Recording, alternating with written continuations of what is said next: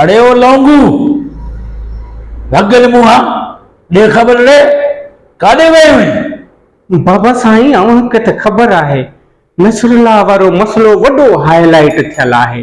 बाबा साईं जीअं पेज ते वीडियो रख बस सफ़ा वायरल थी वञे थी। उनजे करे बाबा साईं मूं बि वीडियो भरियूं ऐं हर रोज़ उते वञा थो नवी नवी वीडियो भरा थो।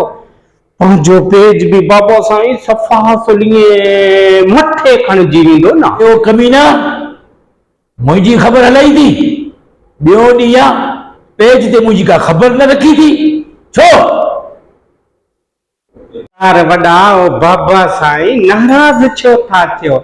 बाबा साईं ॻाल्हि ॿुध जे अगरि ही पेज ग्रो कंदो फॉलोअर वधंदा वीडियो ते लाइक वधीक ईंदा छा मुंहिंजो फ़ाइदो आहे। बाबा साईं फ़ाइदो त अव्हां जो आहे छो जो मां वीडियो अव्हां जूं रखां थो।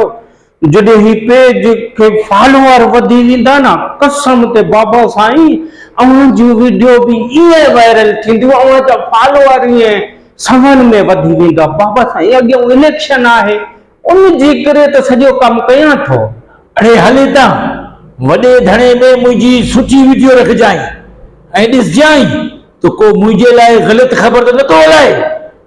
ओ बाबा साईं नूर भटारे जो कसम बाबा हर पासे मुंहिंजी नज़र हेॾे भी होॾे भी अव्हां फिक्र ई न कयो। बाबा साईं हाणे थोरी खर्चड़ी त कराए न मां भी वञा कसम ते जेब में सफ़ा पैसा न खाली लगी पई आहे। अरे हले ता हल रोज रोज वरी खर्चियूं तो घुराई आई वठ खर्ची।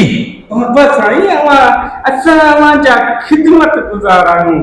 अल्लाह अव्हां खे गंज ॾींदो। बाबा तव्हां जो शफ़क़त वारो हथ हुजे ॾिसो त तव्हां जो कहिड़ो वीडियो थो ठाहियां कहिड़ो ख़बरूं थो हलायां। खबर सुठी अचणु खपे साईं छुट्टी आहे।